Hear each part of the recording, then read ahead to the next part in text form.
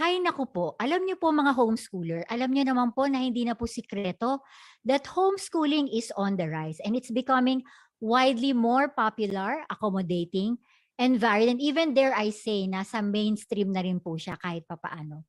So homeschooling is just about everywhere now. And as a popularity and access grows, so does the diversity of families who choose to home educate. So we have different reasons po why we home educate. Like for us, we really want to match it with the schedule of my husband, Chinky. Yung iba, religious reasons po. Yung iba, they really want to focus on their talent like ballet or sports families. Yung iba naman po, may pandemic reason, di ba? For the last 2 years, madami na po mag-homeschool at that scenario. Maybe financial concerns or families na who just want to really try homeschooling. But for today's episode, I just want to encourage now the families who largely na they remain unspoken po while maybe feeling emotionally broken with all of this decision-making process that they need to know. And those families who homeschool because of mental health concern. That's why I invited a good friend. But before that, meron po tayong disclaimer. Lahat po na i-discuss natin dito sa ihomeschoolph YouTube podcast po. It doesn't mean that we are expert. We just want to share to you our experience and hopefully ay maging blessing sa inyo. So if you need medical advice, please go to your physician for consultation. Maraming salamat po. At ito pong kaibigan ko ay veterano na pong TV host, broadcaster. At host po siya ng Mag-Budget Tayo with my husband, Chinky Tan, okay, sa 1PH. And meron din po silang show na Julius and Tintin Babao Show. Okay, sa Signal TV PH po, na araw-araw nyo pong mapapanood. At meron po siyang magagandang anak na treasures po niya, si Antonia Babao and Antonio Babao din po. At nakakatuwa lang po dahil sila po ay homeschooler na. I forgot kung 3 years na ba o 4 years na sila nag-homeschool. But without further ado, I just want to introduce my dear friend, Christine Babao. Hello, my dear. Hey, I'm here. Hello, Hello. Thank you, Hi there. Tina. Thank you for your Yan, time. syempre, hi sa inyong mga, of course. And hi na rin, welcome. Welcome tuloy, napa-welcome tuloy ako. Nasasanay ako sa show na every time sinasabi namin, welcome to Mag-Budget Tayo. Welcome to Julius and Tintin. Kaya tuloy napa-welcome ako. Hello Thank you, Novi, po. for having me, for guesting me. Natuloy din, God's perfect Oo nga. time. Siyempre kasama si Mari. Hi, Mari. Hello. Oo, malambing naglalambing, binababa ko, umaakit naman, kaya isama na natin dito. Kahit tahimik naman, hindi tumatahol. By the way, hindi talaga ganito si Mari, pinakalbo lang namin for the summer, para alam mo kasi, para presko, tsaka maganda yung tubo pag curly-curly na siya ulit. Ayun, as you were saying, so again, thank you for having me today or tonight. At syempre, yung aking mga treasures. Mamaya makikita natin yung aking panganay na treasure. Yes. Nakakatuwa lang po dahil alam ko na sobrang busy itong kaibigan ko pero nagkaroon po siya ng time para po pag-usapan ito. And I know she's one of the, my good friend na alam ko yung topic na to ay close sa kanyang puso.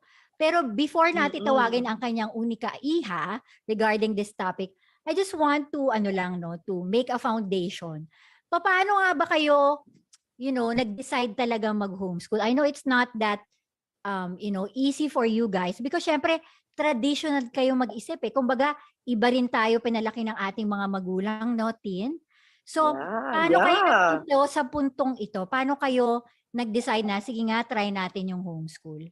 Oo, kasi Novi, times have changed Iba yung parenting style ng mga parents ko nung bata tayo. Kasi iba rin yung mundo ng bata tayo. So, lumaki ako physical school, no? From kinder sa Ann Arbor Montessori, tas OB Montessori, tapos Assumption, and then UP, talagang face-to-face ang classes.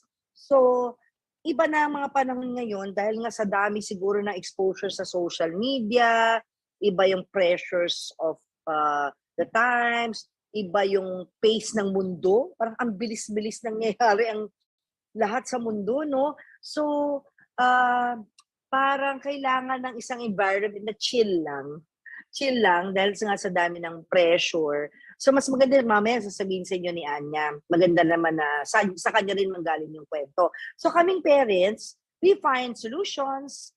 We find, schooling kasi is like a marriage, di ba? Kung ako nakita ko yung soulmate ko, si Papu, marriage yun, personal life. Yung finding a school is also like finding your soulmate. Kailangan kasundo mo. Hindi lang yung school na physical school, no? Kundi yung manner of teaching, manner and method, tsaka yung mismong environment. So kung hindi na-meet doon yung, hindi kayo swak, no? Hindi na-meet doon yung iyong mga ine-expect, hindi ka nagiging masaya sa school kahit masabihin mo na ibang bata doon masaya. Kahit nasabihin mong number 1 yung school na yan or something, or mahal yung tuition dyan. It all boils down pa rin kung bagay ka ba sa school, happy ka ba sa school na napili mo. So, ganun. At kami parents, nandun lang kami to support Anya. Oo, ang galing lang, no? Kasi you are always willing to listen to the needs of your kids. So, ang ganda na sinabi mong factor a while ago na hindi naman natin dinidiscredit yung mga traditional schools or conventional schools.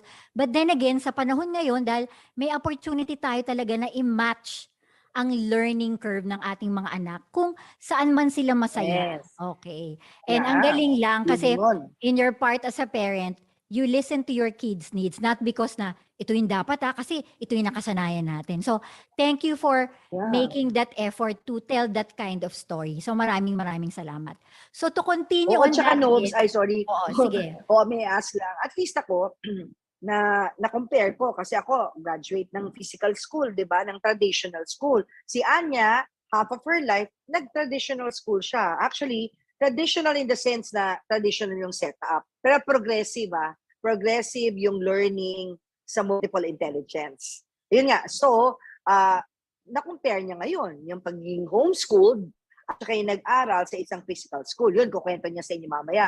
Unlike tayo, talagang traditional school tayo na pumapasok tayo sa school. So tama ka, Novi, dapat hanap ka lang ng isang eskwelahan o learning process na swak sa personality mo. Hindi sa pinuput down mo yung traditional school, di ba? Pero dapat kasi it's a marriage of the person studying and the institution from which the person will learn and grow. Yes, we'll learn and go. And talagang ma-honor niya yung learning curve ng ating mga anak. 'Di ba? Yes, I like So, that. kumbaga Learning dapat curve. masaya ang atmosphere. Kasi dapat masaya pa nag-aaral, 'di ba, Tin? Hindi naman dapat forceful Oo, yan. tama. Pero Tama. I just want to be real, 'di ba? I know that you are real as well. Pero natakot ba kayo ni Papu with that risk of changing that kind of mindset from that mindset? Para bang, talaga ba? Para ba talaga sa atin to? O meron ba kayong fears bago nyo venture itong, circumstance na to, which is homeschooling? Actually, ang una naming takot ay kaya ba namin? Kasi napaka-busy namin. So, do we have the time for it?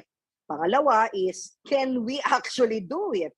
Kasi kung wala kang time, paano ka tututok sa mga anak mo na homeschooled? And then, pandemic happened. Hindi lang isa ang hinomeschool, dalawa na sila. Si Neo at first, yung unang time no na nagkaroon tayo ng pandemic, unang pasok ng pandemic, blended learning pa yan eh. Nakikita niya pa yung mga classmates niya via Zoom, nag-aaral sila. Meron sila sinusunod na time na as if they're in school, yung tip of 8 a.m., 9 a.m., may snacks break, may lunch break, alam mo yun?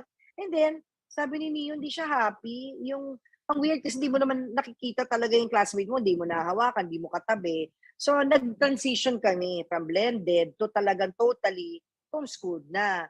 So, yun yung mga takot namin na paano kung hindi namin kaya, wala kaming panahon, paano kung mawala ng social life or paano ma-develop ang social skills ng mga anak kung wala nakikita ibang classmates.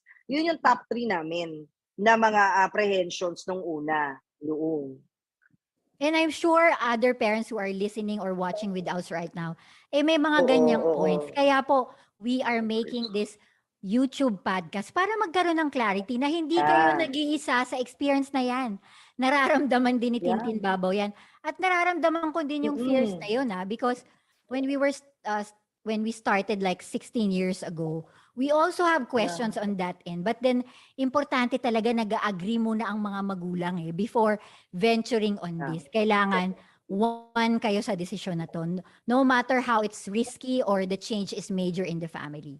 But then again, because ang topic po natin ay paano nga ba binago ang Babao family ng homeschooling and focusing on what we call the mental health issue. And at this point, I just want to honor, the única hija of Tintin Babao. May we call on Antonio Babao. Hi, Anya. Yay! Palakpakan! Oh, may reveal. May pamalipakan. So pretty naman. Grabe.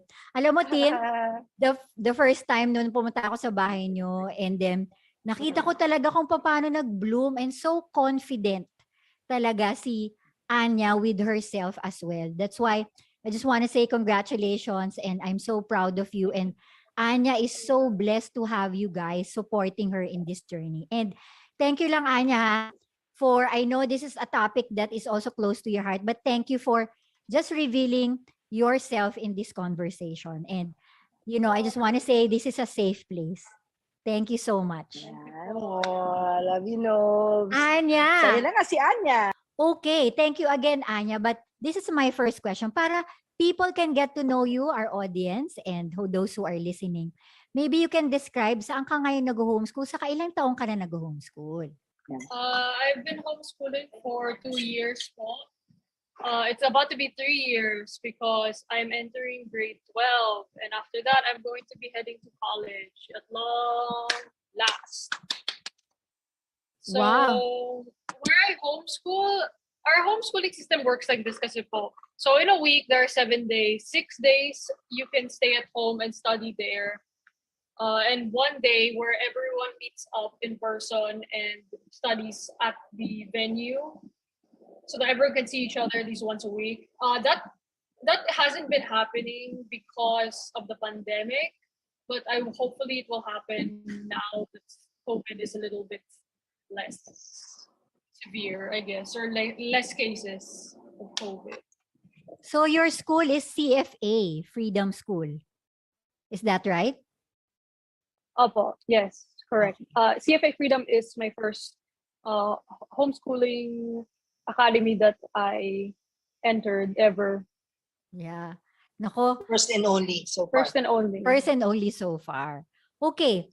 Because of, we are talking about the decision-making process, no? Kung paano kayo nag-led to homeschooling in full-time. So, before ba, Anya, anong impression mo about homeschooling before? I mean, ikaw ba yung nag-initiate sa parents mo na I want to do homeschooling? And what led you to that decision? Opo, I am the one who suggested to my parents that I want to be homeschooled. Various issues which we'll get to later. My first impression of homeschooling before I became homeschooled and before I introduced the idea of being homeschooled is that there was a lot of stigma around it. People were like, oh, only people who cannot parang be put in social situations can go to homeschool, or people who aren't smart enough go to homeschool. Those were a bunch of negative ideas that people who weren't even homeschooled were throwing out. So they were speaking from a biased perspective. And at the time, I thought it wasn't that crucial, and that my only choice was to do in-person school with other people. And then I realized, like, maybe I should give it a try, because maybe what people are saying about it is incorrect. And in fact, I could have a great experience at homeschooling. And it was right. I was right about it. I took the risk, and I very much enjoy being homeschooled. Alam mo, tama si Anya. I also heard some parents na ang impression nila pag homeschool yung anak ay agad-agad ganito may problema. True. Anong problema? Bakit homeschool? Ganun agad, no? Tama kayong stigma na mahina ba? Yes, mahina kaya hindi mo mapasa sa big school? or kaya may problema sa attitude. Mga parang ganun agad yung They naiisip. instantly jump the gun because it's not what they're used to. Alam mo yun. But what they don't know is that there are so many, especially famous people who have been homeschooled, like Taylor Swift, Albert Einstein. Yeah, there are many people that are historically well known to be smart who are homeschooled, who were homeschooled. I never knew Albert Einstein was Yes, homeschooled. Albert Einstein was in Yes, fact Tintin, si homeschooled. Abraham Lincoln, Wow. okay, was also Wow. Also homeschooled. homeschooled. Yes. Kasi nga. Alam mo, nakakatuwa lang, you started with that stigma. Definitely, no, lilay na natin yan. Totoo yun eh, no?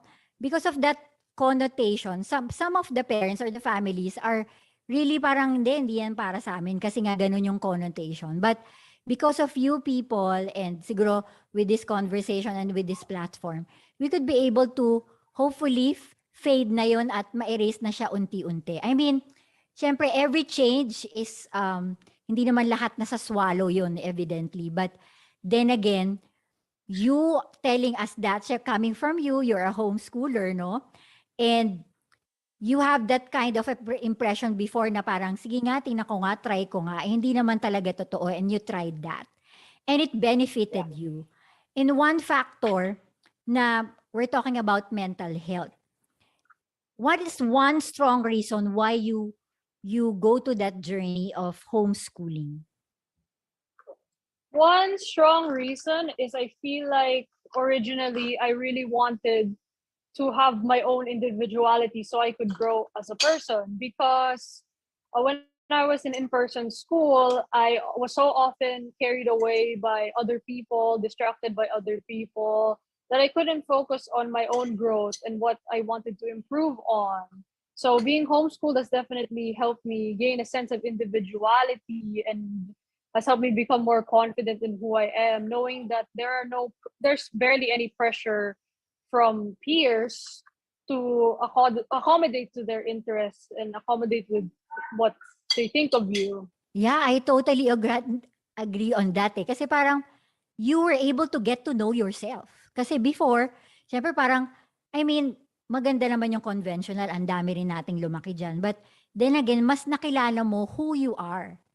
And you are confident on who you are, not comparing with others as well. Yun yung pinakamagandang factor. And that is really good, no? That is really good. Thank you, Anya, for sharing that. And kitang-kita ko talaga yung confidence mo. Kitang-kita ko talaga. And you, kumbaga you bloom. Thank you po. Blooming yung yung right word on that level. And Yeah. how you were able to share what you really want. You know what you want. You know your direction.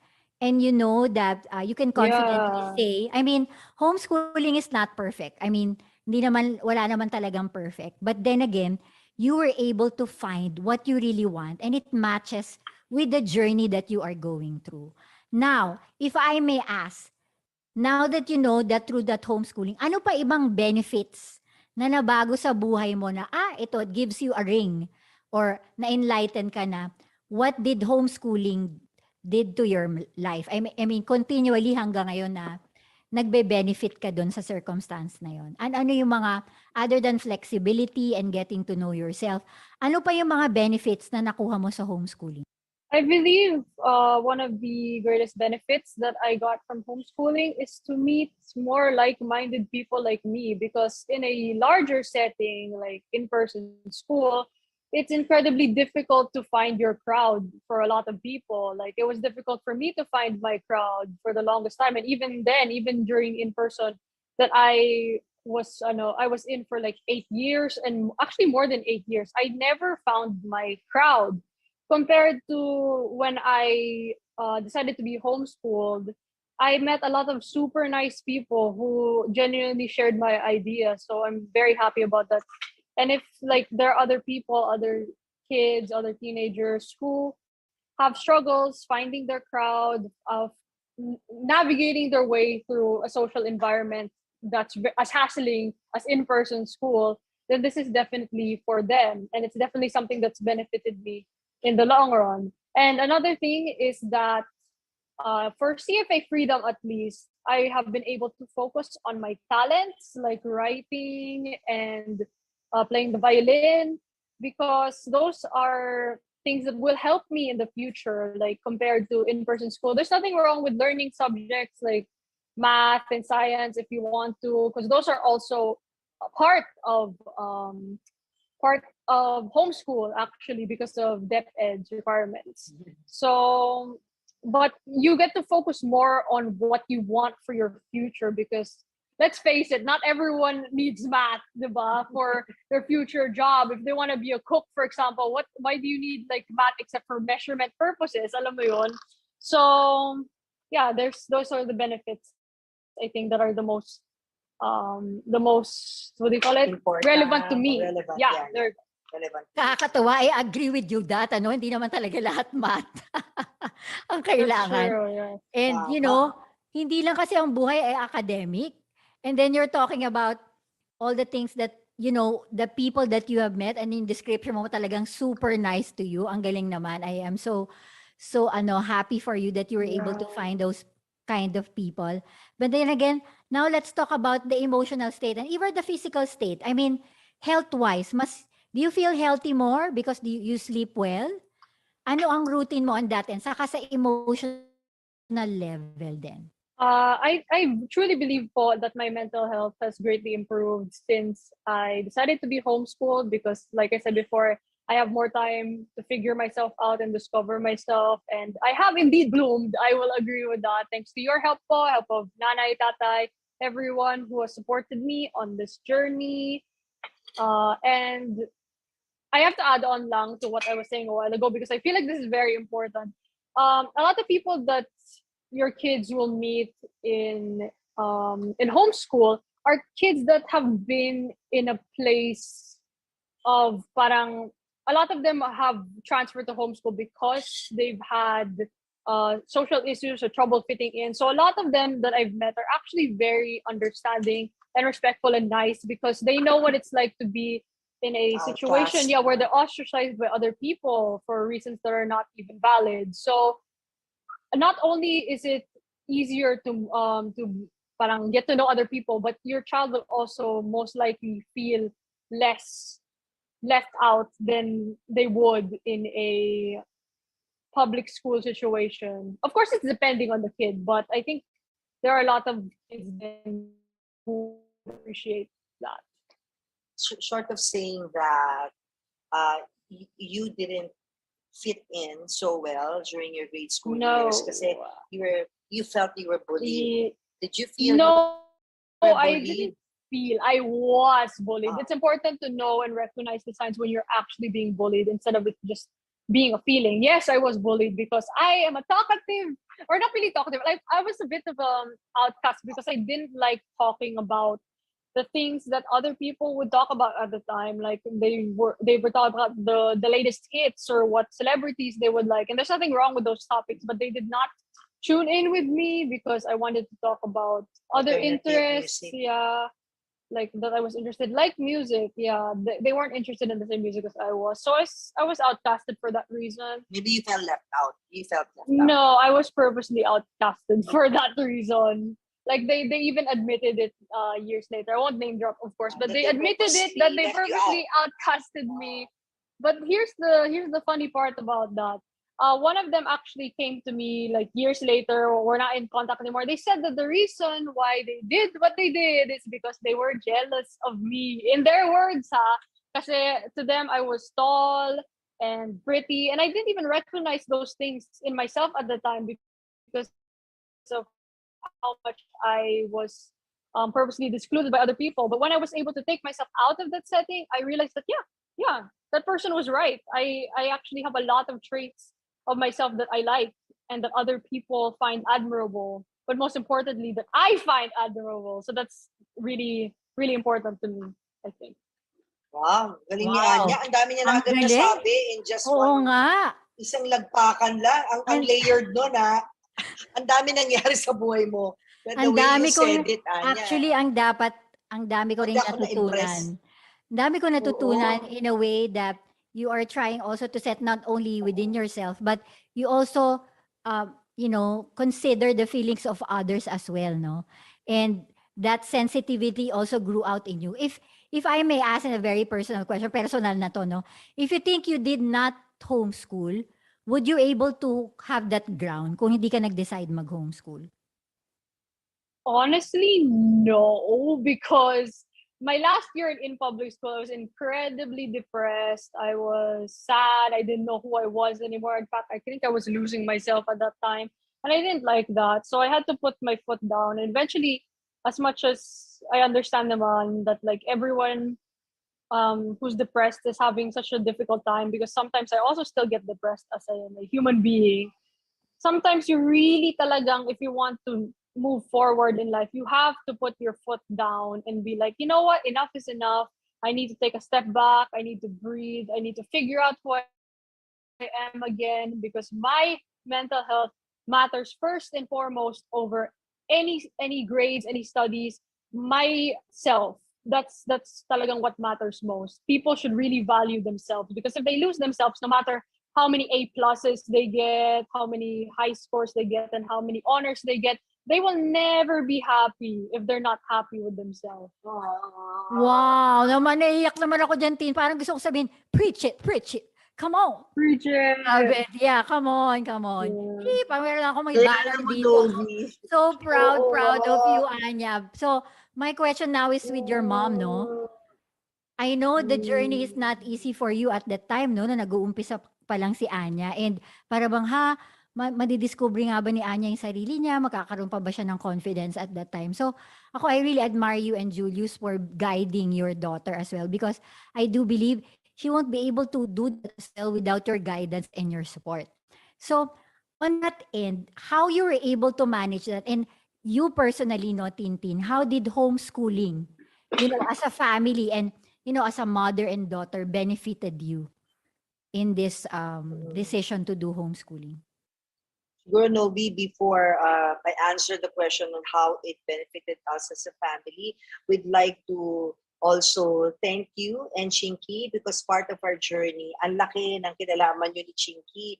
At that time, we were lost. We only heard about homeschooling from, the seminars that I would attend, mga parenting seminars, pero hindi ko ka-close yung mga parents doon, no, na nag-homeschool. So, hindi ko pa masyado mag-grasp yung idea.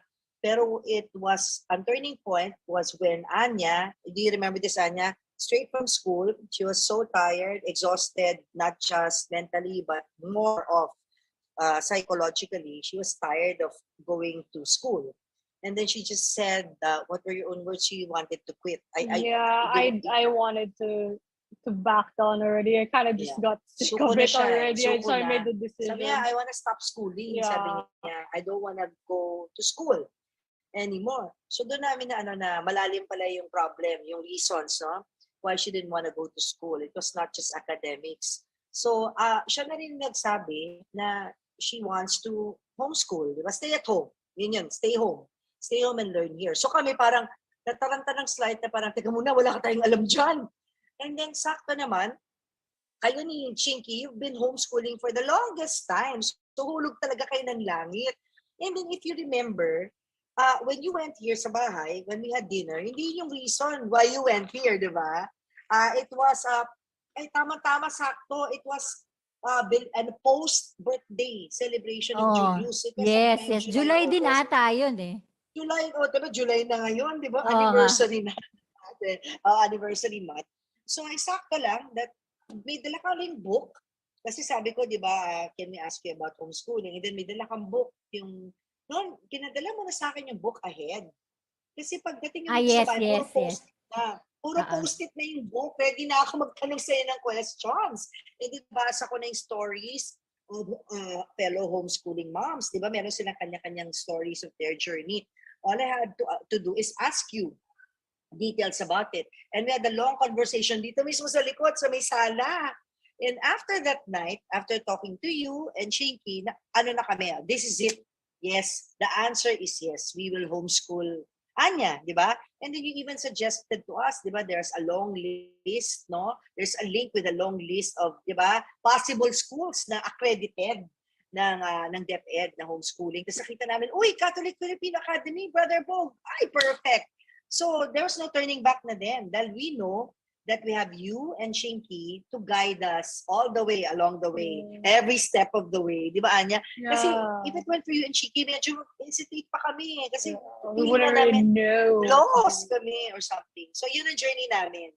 So now, how has it benefited us aside from you and Shiki being our friends? No, yun ang number one benefit of being your friends. You get to spend more time together. It benefited us because we spend more time together without the pressure na, alis ka na, dahil late ka sa school, go! 2 hours ang biyahe papuntang, doon sa school na yun, di ba? Sobrang tired siya, sobrang stress siya. Walang time to spend time with family. Oo, kasi actually. babalik si Anya walang motivation dito. din. Kasi I'm being exhausted. Pagod na siya sa sobrang traffic from where she was studying it was then. like hours. Tulog na lang siya sa sofa, as in knock out sa sofa. Pagising niya, I wake up like at 12 midnight, and then I would be too tired to do my homework because it's so exhausting. Yeah. And I know that's the case for a lot of students. I know there are a lot of students who have to commute and have to sit through traffic for hours on end before getting home. So you talaga yung one of the ultimate issues that don't get mentioned enough is the fact that it takes so much time to get from one place to another place. And hassle. Pagod na yung utak. By the time makarating sa school, pagod na rin yung utak by the time makarating. So, ang number one benefit namin is yung closeness. Maraming benefits closeness ng family with more time. Kasi nakikita lang namin si Anya dito, nakikita lang namin si Neo. Anytime we can break the schedule and watch a movie muna, ganyan. Tapos kung before, worried kami pag gusto namin mag-travel abroad kasi sobrang importante sa amin yun. Kasi absent na sila. Unexcused absent yun. Unexcused absence. Pagpasyal ng family. Hindi siya encouraged, di ba, Anya? So they will miss quizzes, they will miss mga recitations. Wala na. So they're not in the running for any honors kasi nga, unexcused absence ang family bonding or family trips. Pangatlo is na benefit aside from closeness, aside from bonding, aside from getting to know our kids a lot better now, is natuto sila ng life skills. Kasi nasa bahay lang sila, during the pandemic, naalala mo ate, natuto sila, si ate natutong magpatay ng isda. Yung tilapiyang buhay. I'm still getting used to it. I don't like seeing guts, pero I know. Oo, tinuruan namin sila how to scale. First, how to kill a fish that's alive, yung tilapia.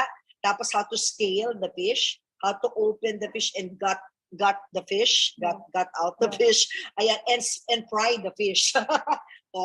Ilang bata ang marunong magganon, di ba? And then we also taught Anya, of course, babae siya, lalo nang dapat to wash her own, di ba? Wash her own. Actually, si Neo din, because everyone should learn how to wash their own dishes. Neo also washes a lot of his dishes. Yeah, so basta yung mga household chores na kailangan matutunan. Aside from the basic na washing dishes, making your bed, yung pagluto, natutunan nila Anya. Recently, may natutunan si Anya how to open a can of corned beef and cook her own corned beef. Pag gusto niya magluto, sabi ko, open that can. Kasi di ba, baka wala naman silang camping class Baka hindi niya alam paano gumamit ng can opener. Nuran ko siya. Di ba, dali lang pala. And then she cooked her own corned beef. So yung mga ganun na fun to do things at home, yan, another benefit yan.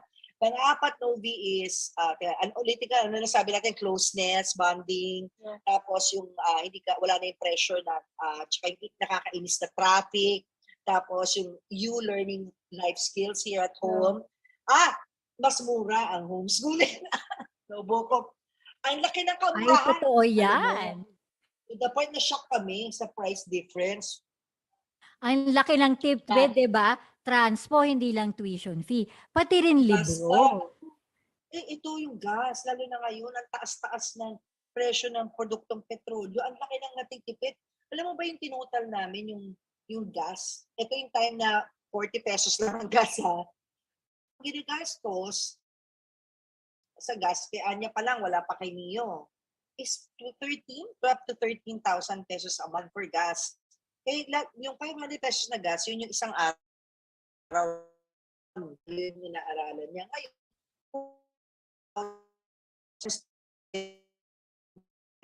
gas pa lang. Oh, Imagine, yeah, that's good. di ba yung gas? Tapos yung baon ni Anya, ako na magkano?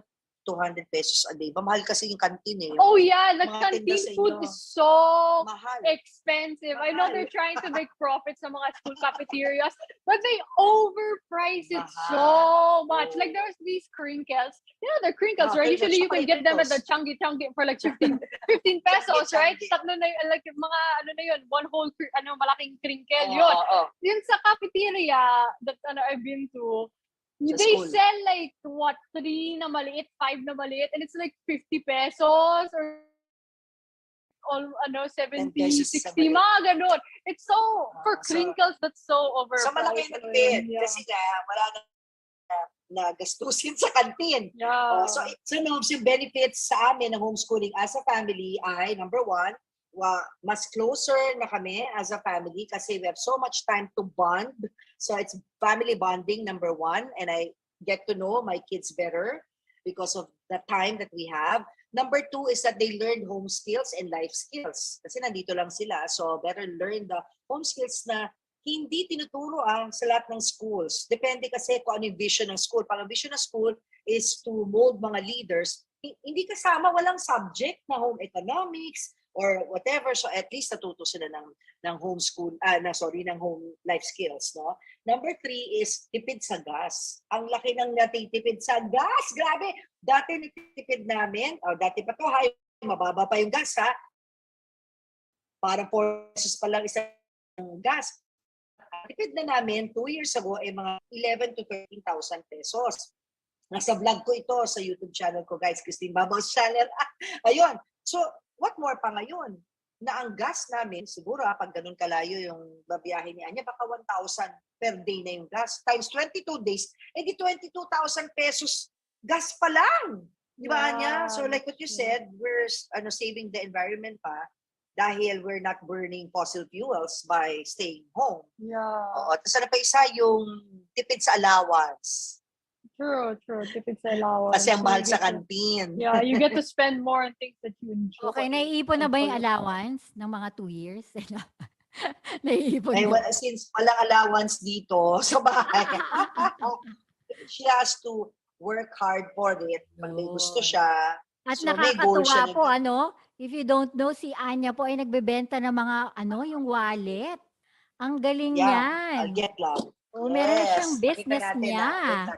Oo, nakakatuwa. So, Anya, if you're gonna make like one statement maybe in homeschooling, how changed you, do you think homeschooling is kumbaga ay naging healing process mo as an individual?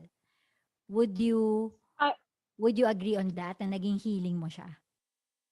Yes. If I had to describe it in one sentence, I would say that there's always this person in me that has been there that I could grow to love, that I'm growing to love. And this was talagang the thing that encouraged that person in me to come out and say hi to everyone. Parang ganon.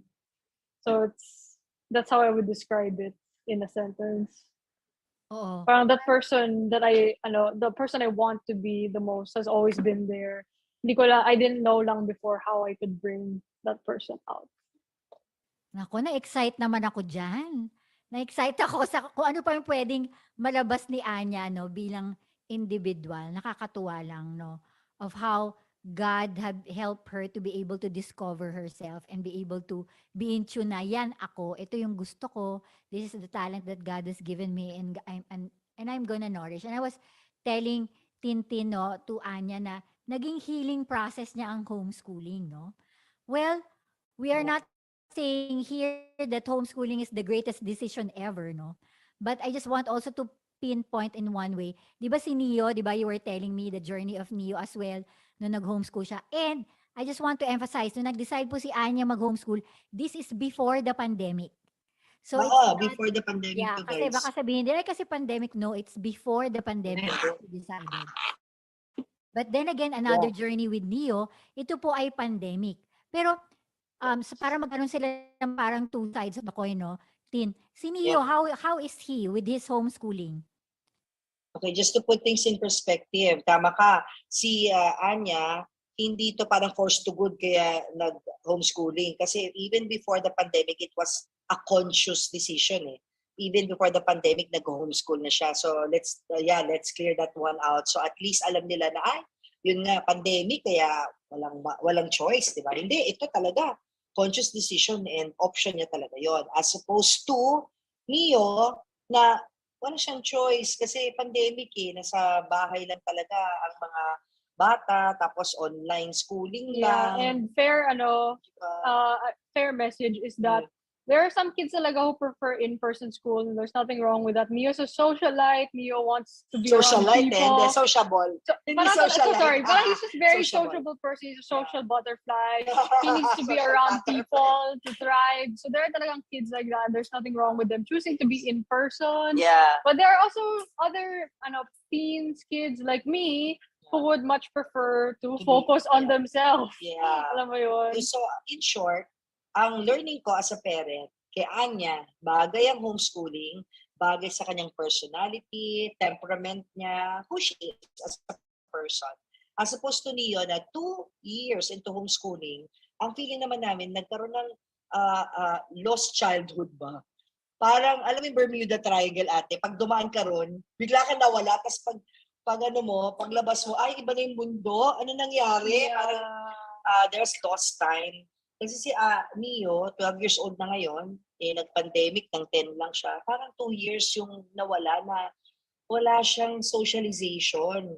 Kasi kahit na mini-message ko yung mga parents ng mga friends niya, that time, hindi pa sila vaccinated, yung mga age niya. Lately lang na-vaccinate si Mio umiiwas na yung parents na magsama-sama sila dahil baka magkahawaan, di ba? Hindi pa vaccinated yung even the kids at that time. So si Mio, walang choice kundi magkaroon lang ng friends, maghunting ng friends online. So mostly, online friends niya, mga Roblox playmates, kanyan, mga ibang bansa. Nagpe-play sa ibang bansa. Meron siya nag-iisang Filipino friend na up to now, hinahanap niya, taga-Antipolo. Anong name niyo? Si Vince what? Palma. Vince Palma, na after some time, hindi na siya nag-online play, hindi alam yung number, hindi alam sa nakatira. Yeah. So, nananawagan siya, Vince Palma, if you can hear this panawagan, Mio is looking for you. Kasi naging friend niya, pero they've lost touch. Kasi nga, yun naman yung downside ng online. Sometimes they're online playing, sometimes they're not. So yung alam mo ba yung sa Amerika, nang bumalik na yung mga bata sa face-to-face school, hindi na sila nag-o-online. So si Annie naghihintay, hindi nag-o-online yung mga friends niya na mga nag-o-online dati kasi nga busy na abroad, nag-face-to-face na sa ibang bansa. So there are some people na Neo is sad and feels isolated, and at the end of the day, sasabihin niya, it was a sad day, had no friends. Wala siyang nakausap online. Tapos yung mga friends niya dati, they've gone into different directions. Hindi na sila swak sa mga interests. Iba na. You know how 2 years can change there are two a person, di ba? Sides Iba na wait lang. I'll just finish it, Tanya. Tapos, so si Neo, aside from looking for Vince, no, he just tried to adjust kung sino ang online, yun ang friends niya. Pag wala, try to look for other friends again, ganyan. So, doon namin na-realize na si Neo talaga, tama si Anya, will thrive. Iba yung social butterfly at ibang meaning nun. Sociable lang siya. So, he will thrive pag nakikita niya yung classmates niya talaga na ganito, nag-uusap, physically, magkasama, ganun. Kaya nga, Neo's looking forward to going back to face-to-face school again this coming August. So, doon sila magkaiba. So at least we tried and gave homeschooling a chance for 2 years. Then we realized that we have to again support Neo dahil mas gusto niya pumasok sa physical school. Because if you don't try it, you'll never know. And on that vein, there are just some people who prefer to talk to people in person, and there are also some people who can maintain friendships that are long distance. Because I think one of the most beautiful things about online friendships for me personally is I get to learn parang from my online friends who I've met through games, I get to learn so much about their cultures, about their lifestyle, about how it's different from mine. They get to learn about my lifestyle, my culture. So there's for me, that's what's helpful about having online friends, because I'm still friends with my online friends and I have been for years now. So talagang that's where me and Leo are different. There are just some people who prefer different things. Nothing wrong with that. Yeah. Yep. Yun. Yes. Yun, di ba? Being different is okay. Sometimes kasi parang, hindi kasi nag-homeschool na kami, so buong pamilya kailangan mag-homeschool now na. So it's not like that eh. It's really Yeah. honoring your child. Iba't ibang learning curve, iba't ibang personality. So it doesn't mean it works for Yeah. Anya, it will work for Neo. So yung Yeah. mga families na nakikinig po sa amin ngayon at napapanood po kami, pwede po kayong magdesisyon ng ganon. The goal here is what works for you, do what works for your family. And that would eventually make, yun yung power of agreement eh, yung unity na pwede mo makreate bilang pamilya. Now, thank you so much for sharing that, Anya and Tintin. But for now, no, for those parents, or maybe siguro I'll start with Anya, what can you say to maybe kids like your age or teenagers or middle school na hindi sila ma-motivate be able to do homeschooling. Kunwari, nasa homeschooling sila. Tapos may problema sila sa mental health. Siguro nade-discourage sila. What can you advise them?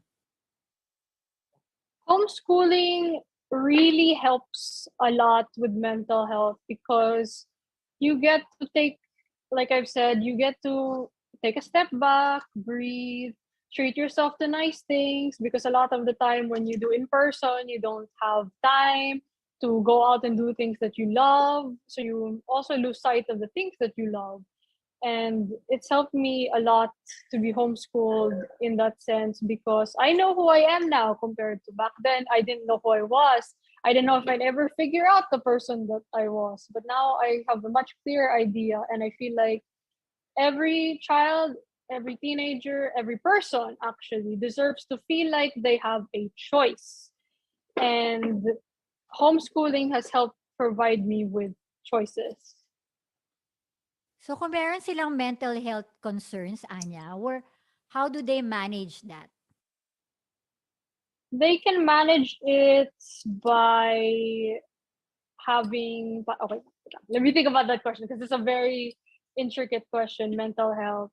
Kasi like what you said, Yeah. Anya, you're so much happier now. Yeah, You found yourself. that's Yun ang true. importante. So, being a happier person now that you're homeschooled, hindi lang yan nagmamanifest sa'yo physically eh. You have clearer skin now, unlike before. So, sobrang stress mo, nagbe-breakout ka, di ba, yung mga pimples mo. And ang itim-itim nun ng ilalo ng mata mo kasi halatang hindi ka natutulog nun eh. Yeah. Di ba? And now you're so much happier. So, yun eh, yung mindset mo nag-iba Yeah, na. when you look the way you want to, when you can express yourself the way you want to, when you see yourself in the mirror and you're like, oh, I'm the person who I've always wanted to look like. Yung kasi bawal sa school ang color Yeah, hair. I was gonna get to that point. Anyway, it does greatly improve your mental health when you get to express yourself more, because a lot of the time in person they have a very strict and unnecessary, honestly, na dress code that restricts a lot of people. Not the uniform, it's the hair, it's the clothes. Basically, a lot of things prevent people from expressing themselves, and that could be detrimental to their mental health. So, in that sense, talagang being homeschooled allows you to discover yourself as a person, how you want to identify, and it makes you feel more whole, more yourself. Yeah. Kaya freedom, no? It's called freedom. Yeah, Freedom. CFA freedom for a reason. Yung homeschooling academy. Yeah. Thank you so much for that, Anya. How can you advise naman parents, no, na meron silang mga anak na merong mental issues? How do you advise them on that? And maybe they're scared, maybe they have also questions, but you as a life testimony with your experience, how would you encourage parents who have kids like that? Of course, life is full of surprises. I know it can be daunting, but you talagang never know until you give it a try. So why clip the wings of your child when you could allow them to fly and discover themselves? Because if they decide to be homeschooled, you never know. They could blossom into the person they have always wanted to be. But if you don't give them the chance to do that, how will you ever know? Diba? Wow, I'm speechless na ha. Talagang pwede siya mag-close ng show na 'to. Ang galing. Nakakatawa Actually, pwede siya naman. Dapat mag-podcast. makita 'to ni Julius, but anyway, any Chinky, matutuwa din 'yon. But thank you so much, Oo. Anya, for that. I love all your Of advices and course. we will cling to it. Thank Thank you so you. much. Thank And even you. me, I am refreshed as a parent as well. So, Tin, ikaw Yeah. naman, what can you advise parents who have that kind of journey as well, no? How to guide. And I know it's not easy for you as well going through that. But what can you advise the parents? Minsan hindi lang naman, siyempre pag yung anak natin going through that, parang ikaw rin yung mental health mo Yeah. naapektuhan din. So, what can you advise our parents who are, struggling to decide? Even it's not homeschooling, but as an individual, as a parent like you.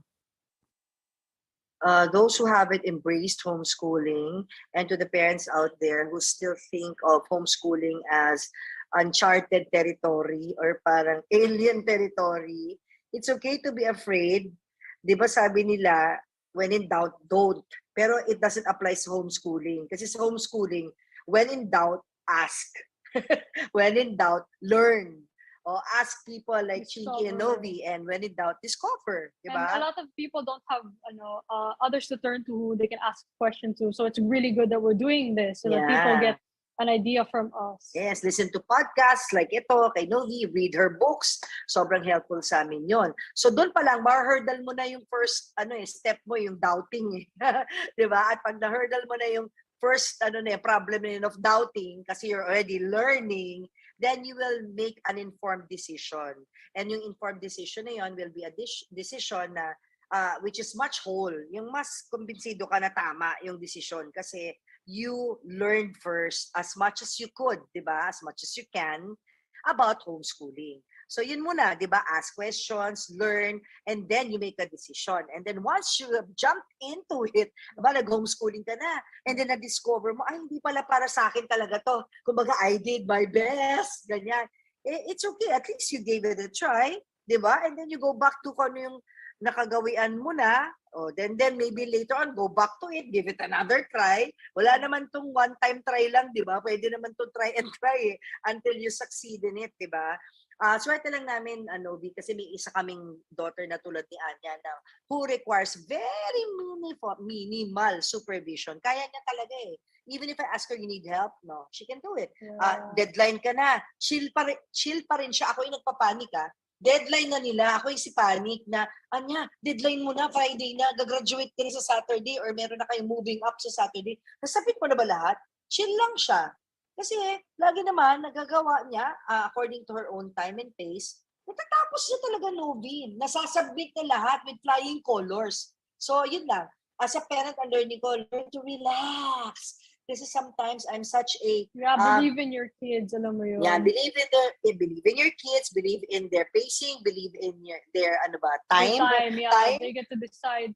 They're the only ones who know talaga for themselves what they want because they're their own person. Yeah. So only they will know what pace they want to go at, what pace they prefer. Basta importante, nasasabit niya, na-achieve niya yung dapat ma-achieve niya, yung mga goals na sinet out niya for herself, nararating naman niya. And it makes us proud pa napapanood na namin, ini-invite kami ni Anya sa mga, antag mo doon, Anya, pa nagpe-present ka na, sinusurprise mo kami. Event pa. Yung revelation of your... Presentations about our passions, they let us do that. Yung pinisent niya na yung kanyang sinulat na story, may a short story yun, literature, no? Tapos may matching acting. Oh my gosh, we were floored. Sabi ko, sabot, ano yan, rehearse yan. Nasaan ka dito sa bahay? Alam mo kung saan, Novi, sa ilalim ng hagdan, doon pala siya nag-rehearse. So, there are so many surprises, dear parents, and you'll be so glad na may mga surprises na ganun pagdating sa homeschooling. So, yun, don't be afraid. Just embrace it. Give it a try. Give it a try. Yes, I love that. Give it a try. Totoo. And I totally agree with Anya and Tintin. Maraming salamat, Tintin and Anya. Grabe.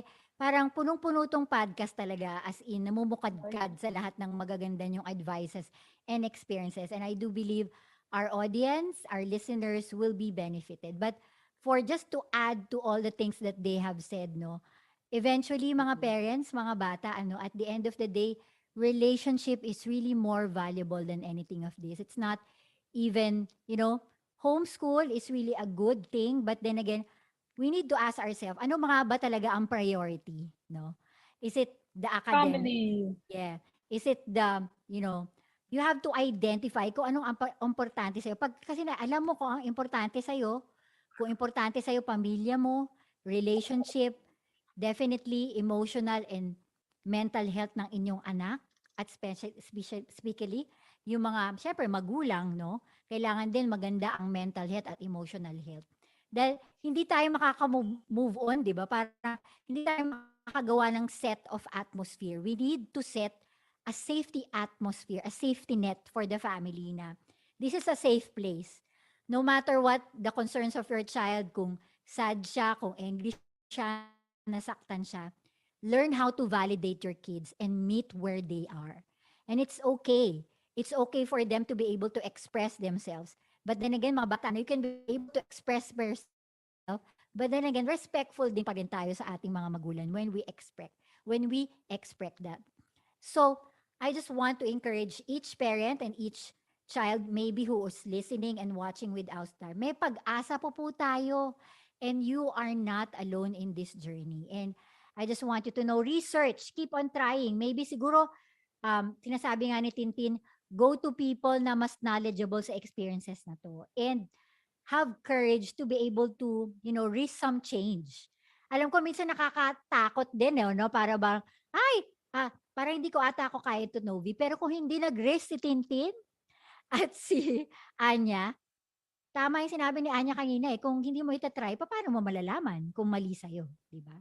So, try that in such a way you pray to God and ask for peace before having that kind of decision. I think we will know, we'll never go wrong about that decision. So, maraming salamat po sa lahat ng nanonood at nakikinig ng iHomeschool PH podcast. But before we end, Tintin, meron ka bang ipopromote? Siyempre, ito na nga, naka-t-shirt na ako. Tintin, Para sa pamilya Pilipino. Dream show namin to, Anya, ni I Daddy, know. na magkaroon ng ganitong show, and we thank you, Lord, for making this happen because we talk about families, mga problema ng pamilya, papakinggan namin yung mga nagigil sa amin kung ano problema nila, and hopefully nabibigyan namin ng tulong o solusyon yung pinagdaraanan nila. So meron din form of entertainment na may kinalaman din sa family, like kanina we had a pet episode na tuwan-tuwa yung mga tao, 12,000 views right after the show. Yeah, and first time na meron kaming 1,500 live views na ganun karami ang nakatutok. So, ayun, so we cater to families, no? Everything and anything about families. So, yun na, Julius and Tintin, everyday po yan, 4 to 5 p.m. live kami sa 1PH Signal TV with live streaming sa Facebook and YouTube na 1PH and also sa 92.3 News FM. Ganun din sa show namin ni Chinky Ann. Mag-budget tayo! Everyday. From 10 to 11 a.m. naman po yan, Monday to Friday. Kasama ko ang pambansang well coach ng bayan ng napaka-cute na si Chinkita. Naka-jackpot. May tikitan. Ay, mali, it's the other way around. Si Chinky pala naka-jackpot sa'yo. Anyway, lagi ko nilalok si Chinky. So everyday naman po yan. Financial literacy for everyone. Madaling maintindihan kung paano tayo didiskarte ng tama sa buhay. Mag-budget tayo o 10 to 11 a.m. naman yan. Same din. Same platform. 1PH Signal TV, YouTube and Facebook ng 1PH and live streaming din kami sa 92.3 News FM. So thank you so much guys for your support. Syempre, Chinky tuloy. Chinky kasi okay na yun. Para na rin kayong twins. Okay. Syempre, Novi, YouTube channel. Christine Babo's channel po. Thank you so much. Magkakaroon ako ng silver play button. Ha? I already hit 100,000 plus subscribers. Thank you guys. Thank you, Novi. Thank you. Thank you for the love. Yay! Yes. Ang Babao family talaga ay blessing sa pamilyang Pilipino. Maraming salamat sa inyong buhay. Maraming salamat. So, I hope you will never get tired to be a blessing to us. Maraming salamat. Likewise. Please don't get tired also of being a blessing to us. Yeah. Lalo na kay Anya, who's so much happy now. That she has found herself. Nakikiliti ka ba? Yeah, kind of. That she has found herself. It's very, ang ganda mo, Anya, you're blooming, you're glowing. It's because of the happiness, no? Inside and you're at Yeah. peace, no? Aww. Yeah, I'm Thank you, so excited Novi. for what God has called you to do, Anya, and I know that you're gonna impact more, kids like you to be able to be empowered within. So maraming maraming salamat. Lagi lang po nating tatandaan in homeschooling, relationship is more important than academics. Ako po si Novi Antan, your homeschool coach, and I homeschool.